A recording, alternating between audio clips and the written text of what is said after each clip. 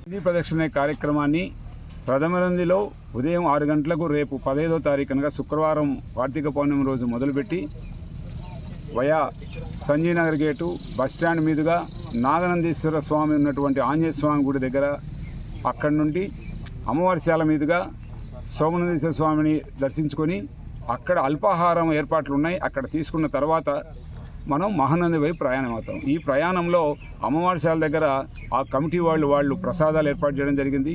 ప్రతి గుడి దగ్గర దేవాదాయ శాఖ వాళ్ళు వీటికి తగిన ఏర్పాట్లు చేస్తూ మంచినీళ్ళు కానీ ఇతర ఏర్పాట్లన్నీ కూడా చేయడం జరిగింది.